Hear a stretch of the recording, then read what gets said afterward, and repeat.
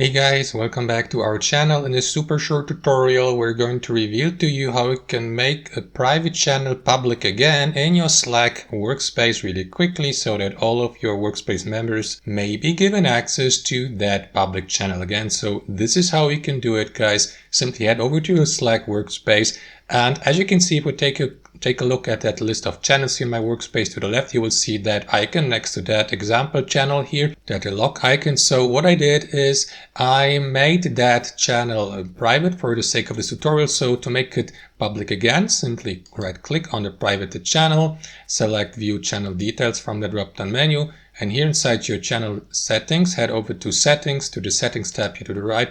And all you need to do, guys, is click on change to a public channel again here at the bottom with your left mouse, confirm by clicking on that button, read through the disclaimer first, of course. And once you're ready, click on it, and that is going to make that channel public again. As you can see, the icon has changed from that lock to that icon here. So I don't know the English expression for that symbol, but you know what I mean. So that's how it works, guys. I hope you enjoyed this video, and we'll see you next time on our channel.